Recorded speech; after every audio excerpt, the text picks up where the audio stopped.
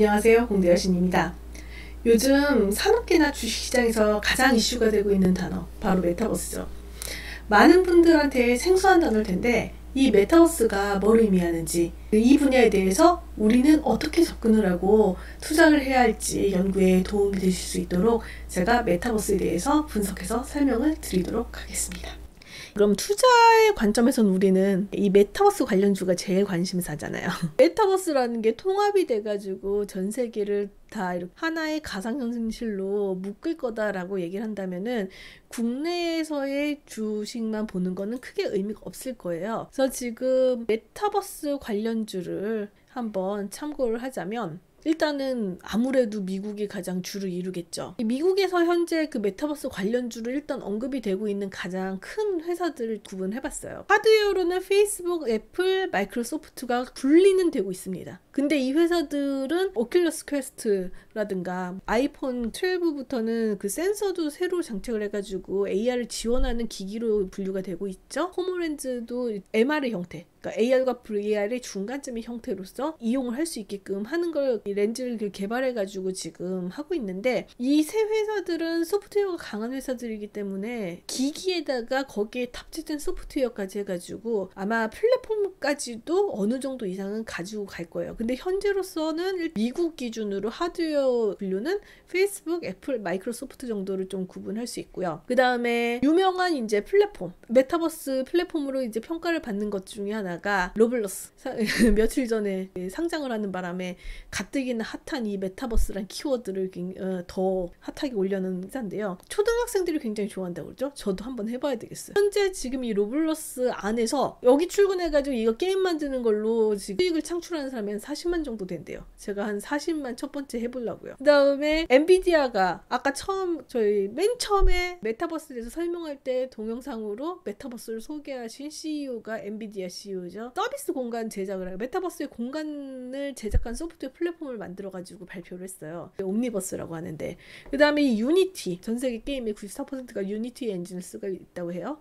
그래서 게임 분야가 메타버스를 구현하는 데 있어서 가장 가까이가 있고 가장 핵심 기술이 될 거라고 지금 분류가 되고 있는데, 그 중에서도 엔진, 게임 엔진에 가장 특화된 회사다 보니까 한국 회사들도 지금 유니티랑 연관만 있으면 그날 상한가를 갑니다. 좀 전에 말했다시피 AR, VR은 게임과 지금 분리를 하고 있지 않아요. 같은 거라고 얘기를 해요. 거의. 왜냐면 가장 근접해 있고 쪽에 가장 많이 이제 연구를 한 분야이기 때문에, 아까 말했던 아크 인베스트먼트 같은 경우도 닌텐도나 스킬즈, 스냅챗 같은 데 지금 투자를 하고 있는데, 이 닌텐도가 동물의 숲, 이 동물의 숲 해보시는 분은 금방 그 감이 오실 거고요. 그 다음에 이런 모바일 게임 중에서도 우리가 액션으로 할 것 같은 거, 그 스냅챗 같은 경우도 AR 콘텐츠 생산 공유 SNS인데 이런 걸 해본 회사들 이 굉장히 주목을 받고 있습니다. 특정 회사라고 언급은 안 했는데 결국은 데이터 처리를 해야 되고 데이터를 가상의 공간에 저장을 했다가 풀어야 되고 하기 때문에 통신회사랑 클라우드 데이터 처리 회사들이 관련주로 보고 있어요. 그렇다면 이제 한국 입장으로 와야 되겠어. 우리가 현실적으로 투자를 할 수 있는 회사들. 하드웨어에서 좀 성격이 갈립니다. 한국은 아무래도 제조업이잖아요. 미국에 있는 그 페이스북이나 마이크로소프트가 완제품을 만들어가지고 한다. 그러면 한국은 거기에 들어간 부품을 구현할 수 있는 업체들이 먼저 두각을 받게 돼 있어요. 그래서 지금 여기 선익 시스템 여기 깃발 꽂아놨죠. 코세스, 칩슨 미디어, IM, 이렌텍 이런 업체들이 그런 업체고요. 그 다음에 소프트웨어 기술, AR, VR 게임 이쪽에, 그러니까 메타버스에 특화된 소프트웨어 기술 가진 회사들. 그 다음에 컨텐츠, 거기에 실을 수 있는 컨텐츠나 아니면 그 플랫폼을 기반으로 할 수 있는 업체들이 주목을 받게 될 거예요. 그리고 신규 사업 먹거리를 열심히 찾아내는 하이에나 같은 통신사들도 굉장히 많이 부각을 받게 될 겁니다. 근데 여기서 말씀드리고 싶은 건, 메타버스는 앞으로 최소 10년 이상은 더 갈 수밖에 없고 더 가야 되는 회사들, 그런 기술이고 그런 분야입니다. 그리고 여기 있는 업체들이 한두 발 앞서 있다고는 하지만 전체 메타버스 기술 발전 속도에 비하면 굉장히 초기예요. 그리고 이것만으로 컨텐츠 플랫폼이 다 되지 않을 거고요. 소프트웨어 기술도 굉장히 더 정교해질 거고요. 하드웨어 수요도 굉장히 많이 늘어날 거기 때문에 여기 있는 업체들보다 사실은 수백 개가 더 늘어날 굉장히 많은 알짜배기 업체들이 앞으로도 많이 생길 확률이 큽니다. 이 부분은 어떤 주식 하나에 종목 하나에 딱 이렇게 꽂혀가지고 하시기보다는 왜 이렇게 분류를 해놨고 이 중에 어떤 것들이 잘 가고 있나를 꾸준히 확인을 하셔야 될 것 같아요. 자, 그럼 이 종목들에 대해서 간단히 보자면 제가 왜 이렇게 구분해놨냐, 아까 말씀드렸다시피 한국에서는 메타버스 지원 하드웨어 선익 시스템 코세스가 있는데, 이 특별하게 메타버스 지원 하드웨어라고 언급을 왜 했냐면, 아까 맨 처음에 그 소설에서 나왔을 때 뭐라고 그랬냐면은 듣고 보는 거에 계속 신호를 꾸준히 줘서 현실처럼 느끼게 한다고 했어요. 사람의 생체 그 감각 기준 크기랑 연관이 있는데, 디스플레이 같은 경우는 현재 제작한 사이즈가 그 느끼는 감각 사이즈보다 커요. 그래가지고 새로운 형태로서 제작을 해야 되는데, 선익 시스템이 제작 방식으로서 만드는 그 기술에 대해서 특화되어 있어요. 한마디로 말하면 디스플레이를 기존처럼 만들면 안 되고 반도체 만들듯이 만들어야 되는데, 이 부분 때문에 이걸 구현할 수 있는 선익 시스템이 지금 가장 핫한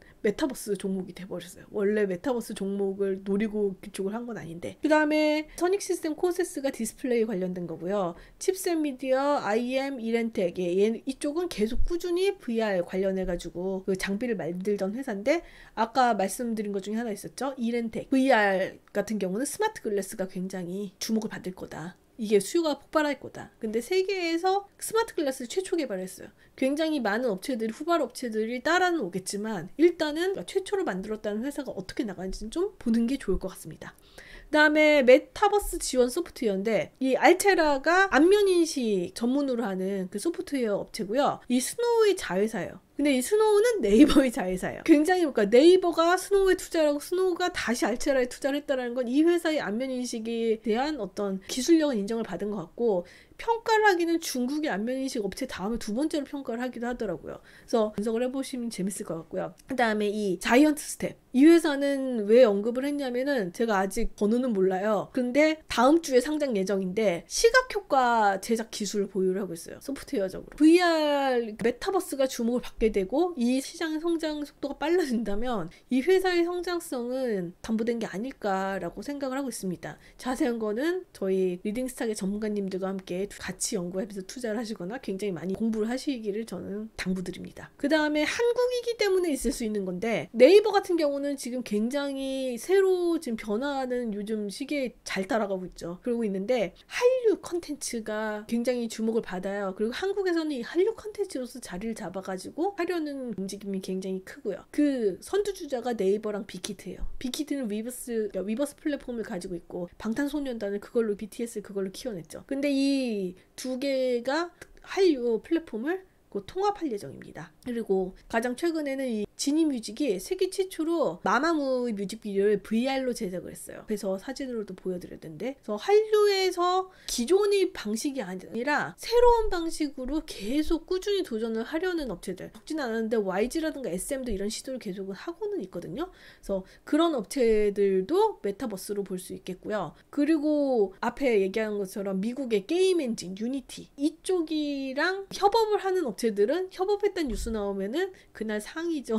그래서 지금 현재 이제 CMS 에듀랑 M게임이 그래서 메타버스 관련주로 평가를 받고 있고요. CMS 에듀 같은 경우는 교육 플랫폼 개발해가지고 그 플랫폼 위에 이제 얹으려고 하는 것 같고요. 그 다음에 꾸준히 개발해온 AR, VR 게임 업체들도 많은 주목을 받고 있습니다. 이 회사들 말고도 앞으로 메타버스 쪽에 진지하게 임하는 회사들은 굉장히 많을 거고요. 그 다음에 메타버스 관련주뿐만 아니라 기존 산업, 건축이 됐든 기계가 유통이 됐든 기존 산업에서 한 단계 도약을 하고자 하는 업체들은 메타버스를 외면하진 않을 거예요. 이거는 아마존이나 지금 구글 쪽에서도 메타버스 관련해서 계속 투자하고 예의주시하고 있으니까요. 10년 이상 바라봐야 되는 분야고 이제 막 시작 단계입니다. 성장할 건 확실하지만 천천히 알아보면서 해도 늦지는 않을 것 같습니다. 오늘은 여기까지 하겠습니다. 감사합니다.